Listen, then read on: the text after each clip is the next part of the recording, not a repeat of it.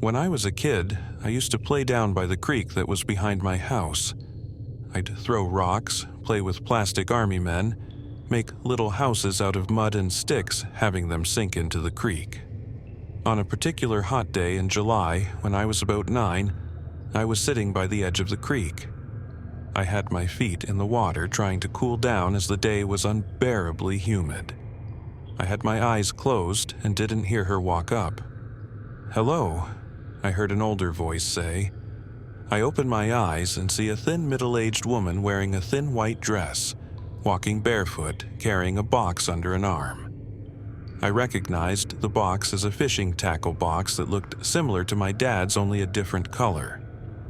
I thought it was strange that she had a tackle box but no fishing poles. "Hey lady," I asked, "how are you going to fish if you don't have any poles?" She smiled at me and made eye contact. I wish she hadn't. Being as young as I was, I didn't quite understand it, but I felt slightly scared when I looked into those eyes. There was just something so fake about the happiness in them. It was like staring into the plastic eyes of a stuffed animal. They were made to look happy, but wasn't the real thing. Her mouth was stretched into a grin that slightly quivered. She spoke in a hushed, smoky voice of fragile composure. "Oh no, little boy, I'm not fishing. I'm using this for something very special." She said that last part really sent alarms off even for a child as young as I was. She said it with a girlish giggle that sounded more like a recording, an imitation. I didn't want to ask what it was and began to walk away. Then she spoke again.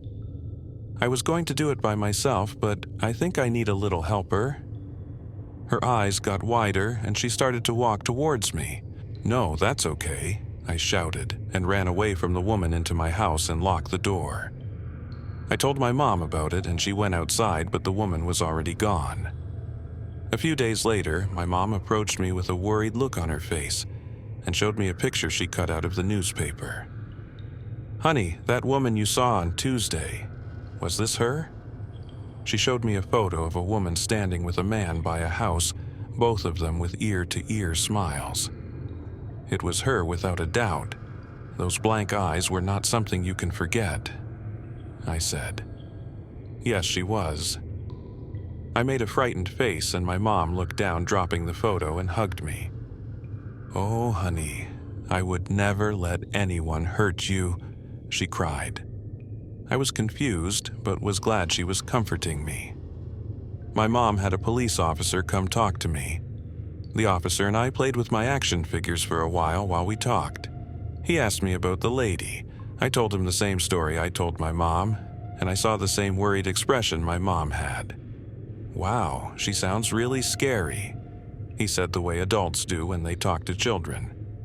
He showed me a photo lineup of various women's ID photos and asked me if I can pick her out. I immediately do, as she is the only one with a smile. She kept smiling at me. That smile looked wrong. When I told the officer this, he froze and went a little pale for a second.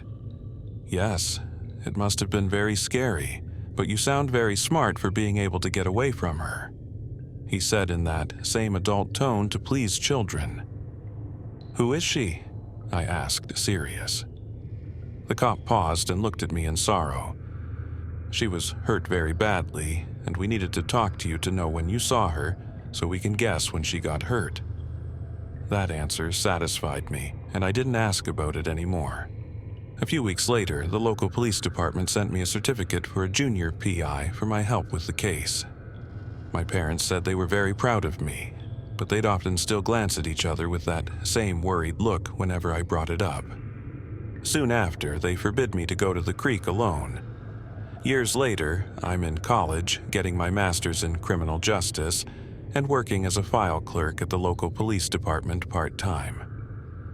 One day, I run into the same officer that talked to me that one day at a mutual friend's birthday party. He was already long retired, but still remembered me. We begin to talk when I bring up my certificate jokingly and asked if he remembered that case. He went silent and looked down at his drink. "Yeah, I remember that one all right." He got up and motioned me to follow him somewhere more private. Outside, he lit up a cigarette and told me the story. That woman was a recent divorce whose husband she discovered was cheating on her for a much younger woman. He said that when they interviewed her friends, she still continued to be chipper and everyone thought she was just being optimistic.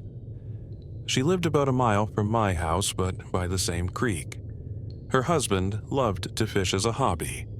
That day, just an hour before I saw her, she broke into her ex-husband's home, found his new wife on the bed sleeping, and strangled her with a cord before stealing her husband's tackle box. The officer began to shake when he explained what she did next. She climbed up into a tree.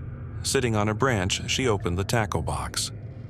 Taking out all the hooks, she threaded fishing lines through them and tied them to the same end of the branch. After she tied about 10 hooks on fishing lines, she took them all in her hand. She swallowed all of the hooks and jumped off the branch. The coroner estimated that she was hanging there for half an hour before she bled to death. But the worst part, the officer, now almost in tears, stammered to say, was that smile? Even dead, she still had on a fucking smile. Blood everywhere. Her eyes were rolled back till you only saw the whites, but she still had a big ear-to-ear smile. After hearing this, I immediately thought what she would have done to me and what I would have seen if I agreed to be her helper.